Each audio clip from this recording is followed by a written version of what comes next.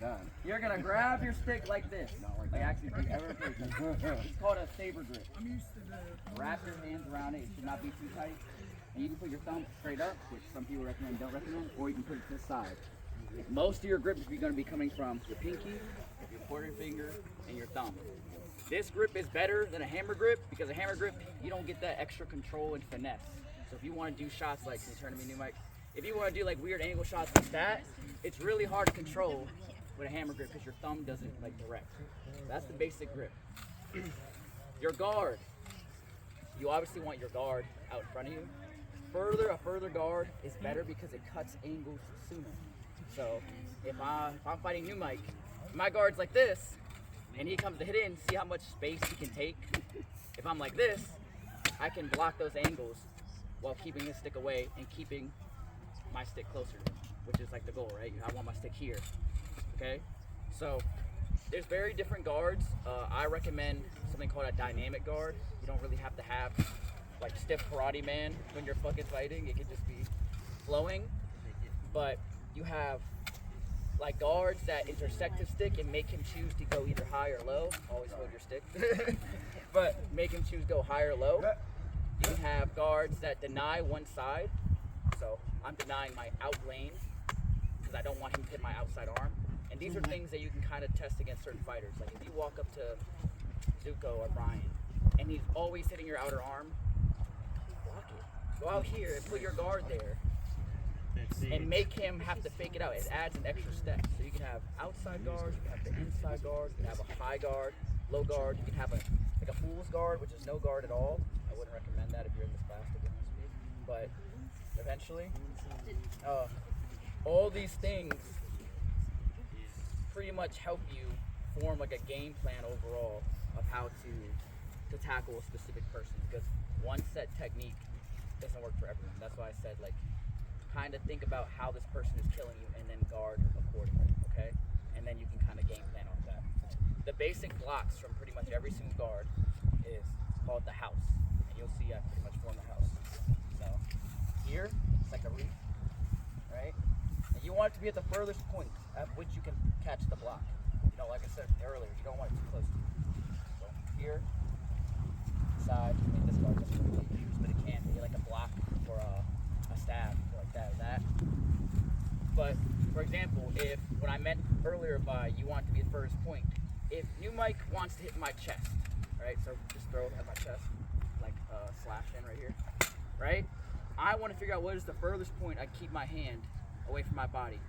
So you can do something like this. Now throw the shot again.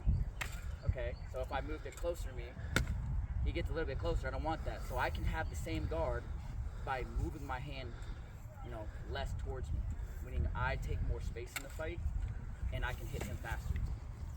Because if I'm blocking all the way back here and he throws, look how much I have to reach. Versus if I'm blocking here and he throws, you know, right there.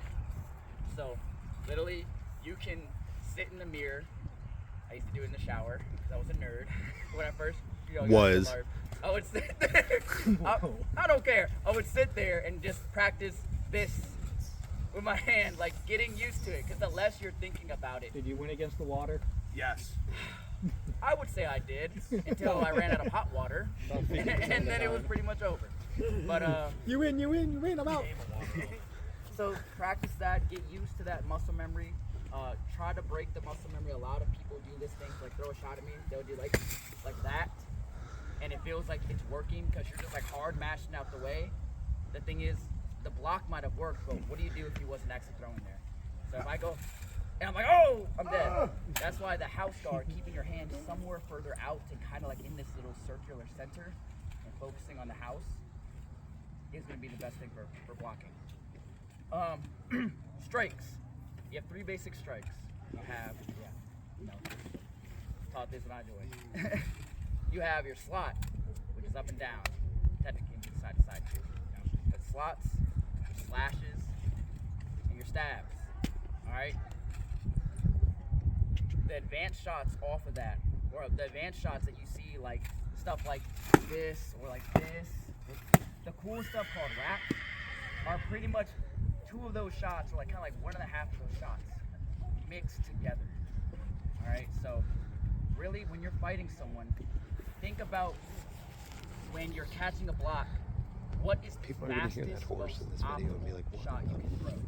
And you'll come to this conclusion by yourself. So like, if I'm fighting you, Mike, and my guard's like this, and he throws, and I catch the block, and I don't want to get hit, what is the fastest shot y'all think I can get when he goes to return to his guard? Where's my hand? What? Leg. Leg? What? Okay, so let's see this. This is a common thing for new people too. I'm gonna hit your leg off that. I'm fucking dead.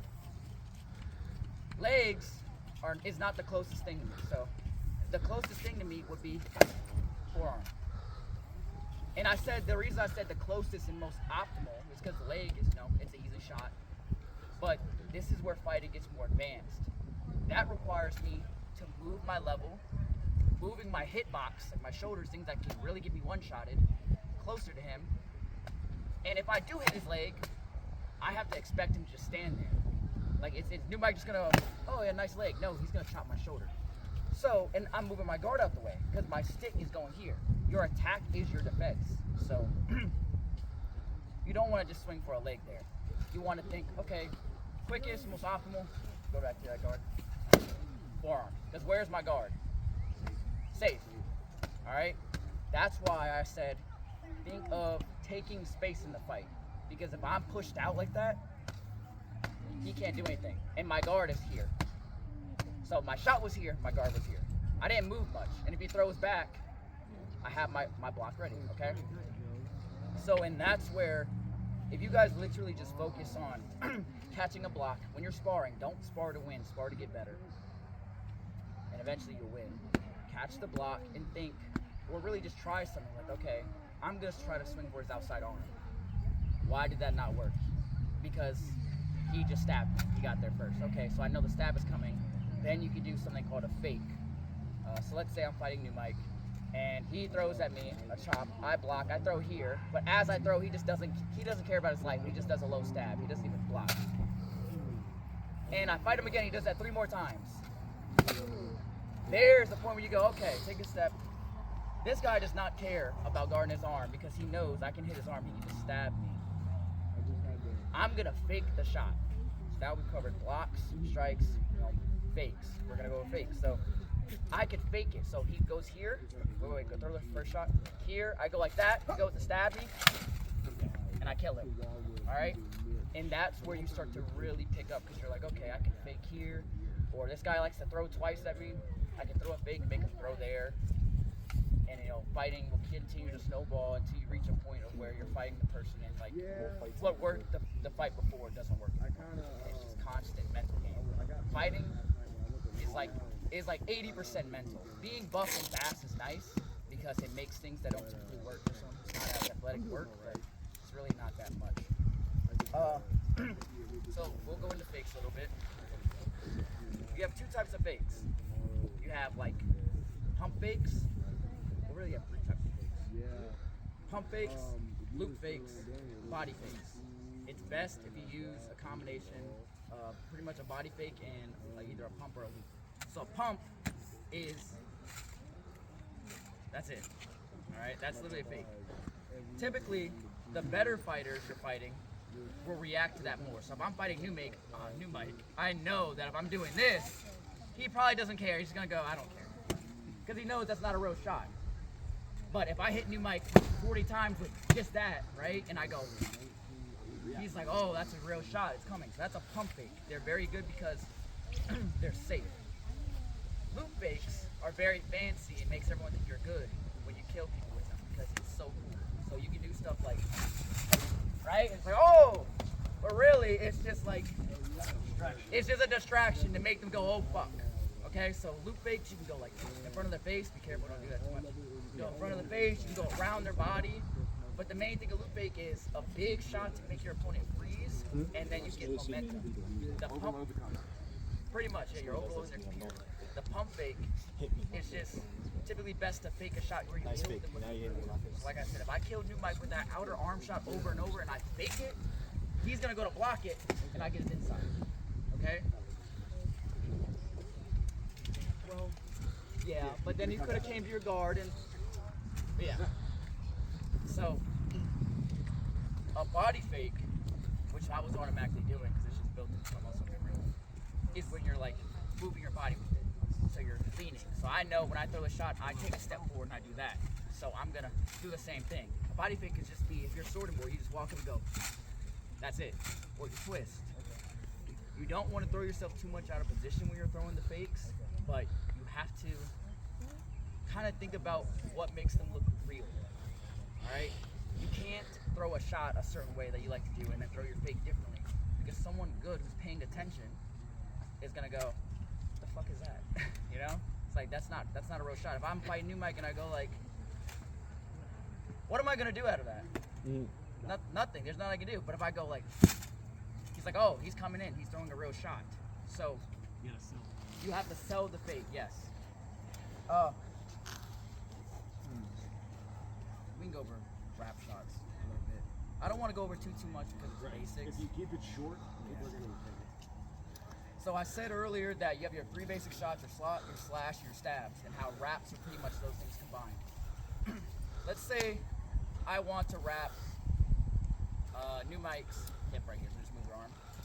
And I want to, imagine he has a board, because he's a freaking lefty, and he has a board in his right hand like a beer. I want to get around his board because I'm doing this, and it's like, oh my god, he's so good, I can't get past his board. The wrap shot gets around that. So it's a slot out, and then like a weird side slot in. But what makes it hard is the forming of the two of them, because if you just do this, you know, it won't work.